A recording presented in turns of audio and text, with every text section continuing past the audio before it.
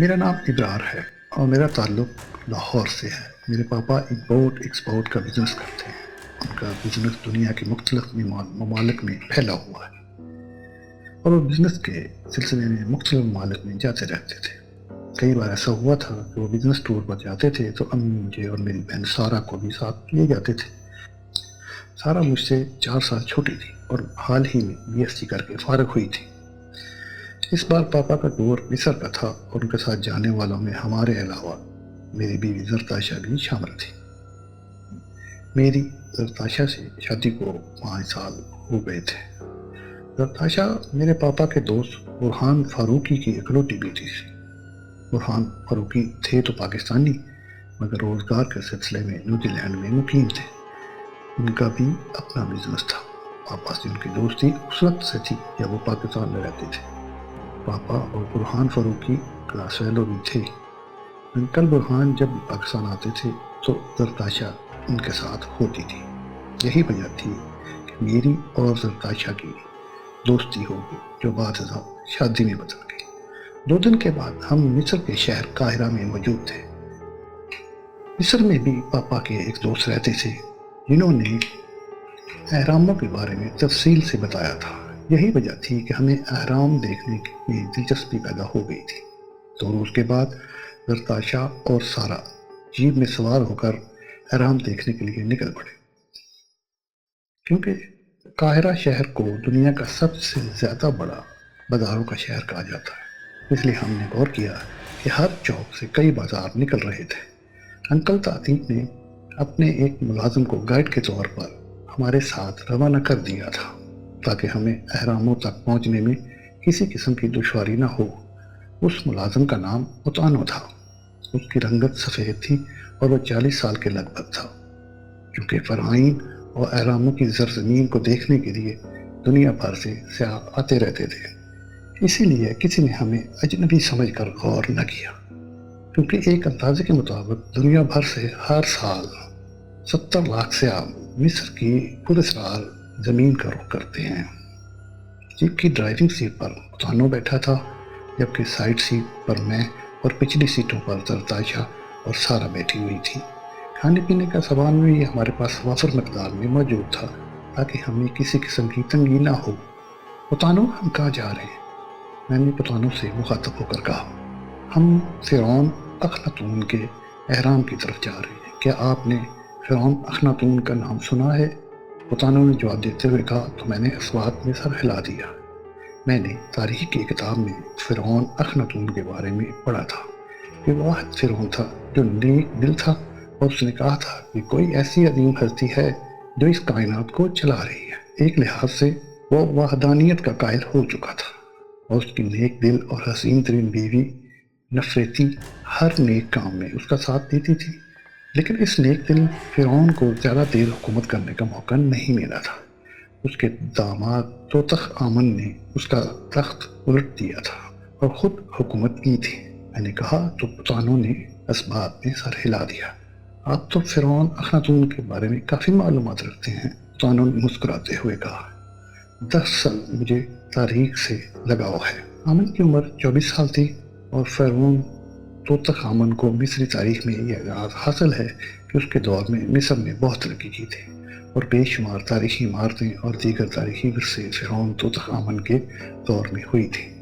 جہاں تک فرعون اخناتون اور اس کی بیوی نفریتی کی بات ہے تو مصری لوگ آج بھی ان کو یاد کرتے ہیں۔ اس لیے تو بعض مصری ٹکٹوں پر آج بھی ملکہ نفریتی کی تصویر لگی ہوئی ہے۔ اوتانو نے میری معلومات میں اضافہ کرتے ہوئے کہا تو میں حیران رہ گیا۔ میں نے یہ بھی پڑھا تھا کہ قدیم مصر میں جادوگری کو عروج بھی حاصل تھا۔ میں نے دلچسپی لیتے ہوئے کہا، قدیم مصر میں جادوگری کو عروج حاصل تھا اور بڑے بڑے کاہن اور ساحر فرعونوں کے خاص ساتھی ہوتے تھے۔ اور جہاں تک تاریخ مصری دریائے نیل کی بات ہے تو یہ دریا اپنے اندر بے شمار محبت اور نفرت، امن اور جنگ کی تاریخ سمیٹے ہوئے ہے۔ اس عظیم اور قدیم دریائے نیل پر چند ساحروں نے بہت اعلیٰ عمل کر دیا تھا، جس کی بنا پر مصر میں ہر سال پانی خشک ہو جاتا تھا، اور اسی خوفناک کالے عمل کی بدولت دریائے نیل ایک کماری دشیزہ کی پیٹ باندھتا تھا اور پھر رواں ہوتا تھا۔ لیکن اسلام آنے کے بعد معجزاتی طور پر دنیا کے سب سے بڑے دریا یعنی دریائے نیل پر وہ کالا عمل ختم ہو گیا تھا۔ بطانوں نے کہا تو میں نے اس بات میں سر ہلا دیا۔ زرتاشا اور سارا خاموش بیٹھی ہماری باتیں سن رہی تھی۔ کیا مصر پر خواتین فرعونیہ نے بھی حکومت کی ہے؟ بطانوں کے خاموش ہونے پر زرتاشا نے پوچھا۔ ہاں، مصر میں جو تخت پر بیٹھتا تھا اسے فرعون کہتے تھے، اور بے شمار مردوں میں چند خواتین بھی فرعونیہ بنی تھیں۔ ویسے تو مصر میں معاشی طور پر خواتین کو معزز مقام حاصل تھا اور وہ اعلیٰ عہدوں پر بھی فائز تھیں اور جائیداد کی مالک بھی بن سکتی تھی۔ تاہم مصری خواتین کو بحیثیت حکمران پسند نہیں کرتے تھے، لیکن پھر بھی چند خواتین مصر کے تخت پر فرعونیہ بنی تھیں، جیسے کہ پہلے خاندان کی میرند، چھٹے خاندان کی نیتوکریس، 18ویں خاندان کی سب سے طاقتور فرعونیہ ہتشی پست 24 سال تک فرعونیہ رہی اور اپنے دور میں بے شمار محلات اور دیگر یادگار آثار بنوائے۔ کچھ دیر بعد ہماری جیپ دریا نیل کے کنارے پہنچ کر آگے بڑھتی رہی اور آدھے گھنٹے بعد ہمیں ایک قدیم حرم کے آثار نظر آئے جو حیرت انگیز طور پر بہت قدیم ہونے کے باوجود کافی حد تک درست حالت میں تھے۔ اس حرم کے بس کچھ حصے ہی خستہ تھے۔ بطانوں نے جیپ روک دی اور ہم جیپ سے نیچے اتر کر حرم کے اندر جانے کی تیاری کرنے لگے۔ اتفاق سے اس وقت یہ قدیم حرم خالی تھا۔ حرم کی دیواروں پر ایک معصوم صورت فرعون اور اس کی حسین ترین بیوی کی تصاویر بنی ہوئی تھی، اور حیرت انگیز طور پر زمانے کی گردش عام گزرنے کے باوجود تصاویر ایسی دلکش اور جاندار تھیں کہ جیسے کچھ لمحہ پہلے بنائے جانے کا گمان ہوتا تھا، اور یہی قدیم مصریوں کا فن تھا۔ تصاویر میں بعض جگہ فرعون اخناتون اور اس کی بیوی ملکہ نفریتی ایک تخت پر جلوہ افروز تھے۔ ہم ملکہ نفریتی کی حسین اور ملکوتی حسن سے متاثر ہوئے بغیر نہیں رہ سکے تھے۔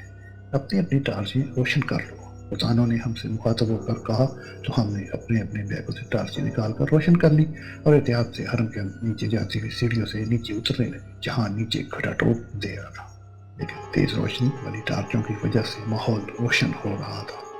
سیڑھیوں تک ہم سب نیچے پہنچے تو ہم نے دیکھا کہ ایک گول کمرہ تھا، اور یہاں بھی ہر طرف دیواروں پر قدیم نقش و نگاری کرنا تھی، جہاں تصویری طور پر قدیم مصری دیوتاؤں کی تصاویر کرنا تھی، جس میں گیدڑ، خرگوش، گائے، مینڈھا، شکرا، بندر، مگرمچھ اور بیل اور دیگر جانوروں، پرندوں اور حشرات الارض کی تصاویر کرنا تھی، جو کہ ان قدیم مصریوں کے دیوتا تھے۔ ان کے پیچھے ان کے دیوتاؤں کے نام کرنا تھے، جس سے ظاہر ہوتا تھا کہ قدیم مصری کن کن دیوتاؤں کو مانتے تھے۔ یہاں تو سوائے قدیم مصری دیوتاؤں کے کچھ نظر نہیں آ رہا تھا۔ میں نے تیز ٹارچ کی روشنی میں قدیم مصری زبان کو کافی حد تک پڑھتے ہوئے کہا۔ زرتاشا اور سارا بھی حیرت اور خوف بھری نظروں سے ان تصویروں کو دیکھ رہی تھی۔ ارے وہ دیکھو، یہاں ایک دروازہ بھی ہے جو کہ مقفل ہے۔ اچانک سارا نے تیز لہجے میں کہا، تو ہم سب اس نہ بھولنے والے فن سے ہم سب پہلے متاثر ہو چکے تھے، اور 24 دروازے کو دیکھ کر ہم حیران ہو گئے، کیونکہ یہ دروازہ مکمل طور پر باریک قدیم مصری تحریر اور باریک نقشکاری سے مرکب تھا۔ سارا اور زرتاشا نے پوری کوشش کی کہ اس 24 دروازے پر لکھی تحریر کو پڑھ سکیں، لیکن یہاں دونوں کو کچھ سمجھ نہیں آیا تھا۔ میں نے 24 دروازے پر لکھی تحریر پڑھنے کی کوشش کی، لیکن مجھے بھی کچھ سمجھ نہیں آ رہا تھا۔ بہرحال میں نے دروازے پر ہاتھ رکھا تو ایک زوردار گڑگڑاہٹ کے ساتھ 24 دروازہ کھلتا چلا گیا۔ میں نے اندر جھانکا، اندر بھی کھٹا ٹوپ اندھیرا تھا۔ سب سے پہلے بطانوں اندر داخل ہوا، اس کے بعد ہم تینوں باری باری اندر داخل ہو گئے۔ ارے یہاں تو بے شمار آزاریاں اور محراب بنے ہوئے تھے۔ میں نے ٹارچ کی روشنی ادھر ادھر گھماتے ہوئے کہا، ہاں یہی تو فرعون کا کمال تھا کہ وہ بھول بھلائیاں بناتے تھے جس سے گم ہونے کا بھی خدشہ موجود ہوتا تھا۔ بطانوں نے مسکراتے ہوئے کہا، پھر تو ہمیں آگے بڑھنے سے پہلے یہاں کوئی نشان بنانے چاہیے، کیونکہ یہ نہ ہو کہ واپسی پر ایک جیسی راہداریوں اور گزرگاہوں کی بھول بھلائیوں میں راستہ بھول کر بھٹک جائیں۔ زرتاشا نے تشویش سے کہا، آپ درست کہہ رہی ہیں، ہم یہاں سے آگے جانے کے لیے ہر ایک دیوار پر ایک مخصوص نشان لگا دیتے ہیں جس راستے سے ہم گزریں گے تاکہ واپسی پر بھٹکنے کا اندیشہ نہ رہے۔ بطانوں نے ہماری طرف باری باری دیکھتے ہوئے کہا تو میں نے اسباب میں سر ہلا دیا۔ میرے پاس ایک مارکر ہے اس کے ذریعے گھومتی راہداری میں جانے سے قبل ایک گول نشان لگا دیتی ہوں، واپسی پر پھٹکنے کا اندیشہ نہیں ہوگا۔ اس بار سارا نے کہا اور اپنے بیگ میں سے 2 مارکر نکال لی۔ اس نے ایک مارکر زرتاشا کو دے دیا اور دونوں نے ایک دیوار پر گول بڑا سا مخصوص گول دائرہ بنا دیا اور پھر ہم آگے بڑھنے لگے۔ بے شمار راہداریاں، محرابیں اور واقعی بھول بھلیاں تھیں، لیکن سارا اور زرتاشا دیواروں پر مخصوص نشان لگاتی جا رہی تھی۔ جیسے ہی ہم سب ان بے شمار گھومتی راہداریوں اور ان بھول بھلیوں سے آگے بڑھے تو ہمارے خون خشک ہو رہے تھے۔ مجھے ایک بات سمجھ نہیں آتی کہ فرعون میں صرف اخناتون ہی ایک نیک دل فرعون تھا اور اس کی شکل بھی معصوم تھی، پھر اس نے ایسا حرم کیوں بنوایا تھا جس میں اتنے سارے قدیم مصری دیوتاؤں کی تصویریں اس حرم میں ہمیں نظر آتی ہیں؟ میں نے پتانوں کی طرف دیکھتے ہوئے کہا، بات دراصل یہ ہے کہ اس نیک دل فرعون کو زیادہ عرصہ حکومت کرنے کو نہیں ملا تھا۔ اس کے مرنے کے بعد آنے والے فرعون نے اس کے آثار کو کافی حد تک مٹا دیا تھا اور صرف چند آثار ہی بچے تھے، اور ان میں بھی دیگر فرعون نے اپنی مرضی سے فرعون اخناتون کے احرام میں اپنی مرضی کی تبدیلیاں کر دی تھیں، اور ویسے بھی یہ بھول بھلیاں صرف فرعون کے مقبروں یعنی احراموں میں ہوتی تھیں تاکہ چور وغیرہ خزانہ چوری نہ کر سکے، اور شاید کسی فرعون نے کسی معبد کو احرام بنانے کی کوشش کی اور یہاں سے بے شمار بھول بھلیاں اور اپنے قدیم دیوتاؤں کی تصاویر پر اس بھرپور طریقے سے نقش کر دی تھی کہ یہی وجہ ہے کہ ان کے زندہ ہونے کا گمان ہوتا ہے۔ پتانوں نے میری معلومات میں اضافہ کرتے ہوئے کہا تو میں نے اس بات پہ سر ہلا دیا۔ اچانک زرتاشا کے حلق سے چیخ نکل گئی تو میں بے اختیار اس کی طرف لپکا۔ کیا ہوا زرتاشا؟ میں نے بے اختیار کہا۔ میں اس دیوار میں بنی مگرمچھ کی بڑی اور خوفناک تصویر کے قریب نشان لگا رہی تھی کہ مجھے ایسا لگا جیسے اس خونی نگاہوں کے مگرمچھ نے مجھ پر حملہ کیا ہو۔ زرتاشا نے خوف بھرے لہجے میں کہا۔ اس کی پیشانی پر پسینے کی بوندیں نمودار ہو گئیں۔ وہ نہیں زرتاشا، یہ آپ کا صرف وہم ہے، کیونکہ یہ تصویری مگرمچھ کیسے زندہ ہو کر آپ پر حملہ کر سکتا ہے؟ ہاں، البتہ قدیم مصریوں نے اس خونی نگاہوں والے مگرمچھ کو بہت جاندار طریقے سے بنایا ہے، اس لیے اس کے زندہ ہونے کا گمان ہوتا ہے۔ پتانوں نے مسکراتے ہوئے کہا، میں سچ کہہ رہی ہوں، باقی مجھے ایسا لگا ہے جیسے اس خونی مگرمچھ نے مجھ پر حملہ کیا ہو۔ زرتاشا ڈرو نہیں، میں تمہارے ساتھ تو ہوں، میں نے اسے تسلی دی۔ بھائی جان، مجھے بہت ڈر لگ رہا ہے۔ سارا نے بھی زرتاشا کی ہاں میں ہاں ملائی۔ آپ واپس چلیں، میرا وہاں سے جانے کو دل نہیں کر رہا تھا کیونکہ میں تھوڑا ایڈونچرس پسند بھی واقع ہوا تھا۔ میں چاہتا تھا کہ میں فرعون اخناتون کے حرم کی ویڈیو فلم بنا کر میں ساتھ لے جاؤں تاکہ ہماری یاد کرے کہ ہم نے فرعون اخناتون کے حرم کی سیر کی تھی، لیکن سارا اور زرتاشا واپس جانے پر بضد تھی۔ اچھا ٹھیک ہے، چلتے ہیں، میں تھوڑی سی ویڈیو بنا دوں، میں نے کہا اور اپنی پتلون کی جیب سے سیل فون نکال کر وہاں کی ویڈیو بنانے لگا۔ مجھے ویڈیو بناتے ہوئے تھوڑی ہی دیر ہوئی تھی کہ اچانک مجھے سارا کی آواز سنائی دی، بھائی جان، پتانوں غائب ہے۔ میں نے بے اختیار چونک کر دیکھا تو میں حیران رہ گیا۔ وہاں پتانوں موجود نہیں تھا۔ کیا مطلب؟ پتانوں کہاں چلا گیا؟ میں نے حیرت بھرے لہجے میں کہا۔ پتہ نہیں، کیا تم نے اسے باہر جاتے ہوئے نہیں دیکھا تھا؟ نہیں، سارا نے انکار میں سر ہلایا تو میں کچھ چمکا رہ گیا۔ پھر میں پتانوں کو آوازیں دینے لگا، پتانوں کہاں ہو تم؟ پتانوں نے تو کوئی جواب نہ دیا، البتہ میری آواز وہاں گونج کر رہ گئی۔ پتانوں، کیا تم میری آواز سن رہے ہو؟ پتانوں۔ میں نے ایک بار پھر پتانوں کو آواز دی، لیکن اس بار کا نتیجہ پہلے جیسا نکلا۔ ابرار، مجھے لگتا ہے اسی مگرمچھ نے پتانوں کو ہڑپ کر لیا ہے، زرتاشا نے خوف بھرے لہجے میں کہا تو میں اس کی احمقانہ بات پر ہنس پڑا۔ پھر پتانوں اچانک کہاں غائب ہو گیا؟ زرتاشا خوفزدہ لہجے میں بولی، میں دیکھتا ہوں، ہو سکتا ہے وہ باہر چلا گیا ہو۔ میں نے کہا، اگر وہ باہر جاتا تو ہمیں بتا کر جاتا۔ سارا نے کہا، بغیر بتائے وہ کیسے جا سکتا ہے؟ اگر وہ باہر جاتا تو ہمیں بتا کر جاتا۔ سارا نے کہا، بغیر بتائے وہ کیسے جا سکتا ہے؟ سارا کی بات معقول تھی، اس لیے میں بھی الجھ کر رہ گیا۔ پھر اس سے پہلے کہ میں کوئی بات کرتا، اچانک ہمیں ایک دلدوز چیخ سنائی دی تو ہم بے اختیار اچھل پڑے۔ خوف کا یہ عالم تھا کہ سارا اور زرتاشا یک لخت ایک دوسرے سے لپٹ گئی۔ ایک بار پھر دلدوز چیخ سنائی دی تو میرے جسم میں سنسناہٹ کی لہر دوڑ گئی، کیونکہ یہ چیخ پتانوں کی تھی۔ ایسے لگتا تھا جیسے وہ کسی اذیت پہ مبتلا ہو، اسے ذبح کیا جا رہا ہو۔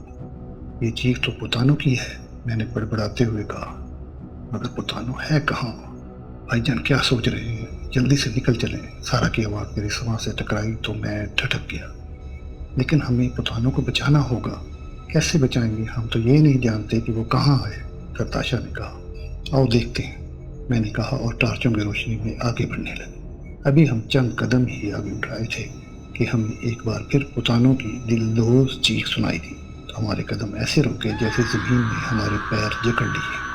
ہم دھڑکتے دلوں کے ساتھ آگے بڑھے اور پتانو کو تلاش کرنے لگے۔ ہم حرم کی بھول بھلیوں میں الجھ کے رہ گئے تھے، سمجھ نہیں آتا تھا کہ پتانو کدھر موجود ہے۔ پھر تو کئی لمحات گزر گئے تھے لیکن پتانو کی چیخ سنائی نہ دی تو میں تشویش میں مبتلا ہو گیا۔ وہ میرے ذہن میں یہ سوال گردش کرنے لگا کہ کہیں پتانو کو کسی غیبی طاقت نے ہلاک تو نہیں کر دیا۔ بھائی جان دیواروں پر دیکھیں، سارا کی سفراتی آواز سنائی دی تو میں نے بے اختیار چونک کر ٹارچ کی روشنی دیواروں پر ڈالی اور میرے بھی اوسان خطا ہو گئے، کیونکہ دیواروں پر سارا اور زرتاشا نے جو مارکر سے نشان لگائے تھے وہ غائب ہو چکے تھے۔ کیا اصرار ہے، میں نے ہونٹ بھیجتے ہوئے سوچا تو میں بھی لرز گیا تھا اور میرے ذہن میں یہی بات آ رہی تھی کہ ہم کسی مصیبت میں پھنس چکے ہیں۔ دیواروں پر مارکر سے لگے نشان کیسے مٹ سکتے ہیں؟ سارا نے کہا۔ مجھے یقین ہے یہاں بدروحوں کا بسیرا ہے۔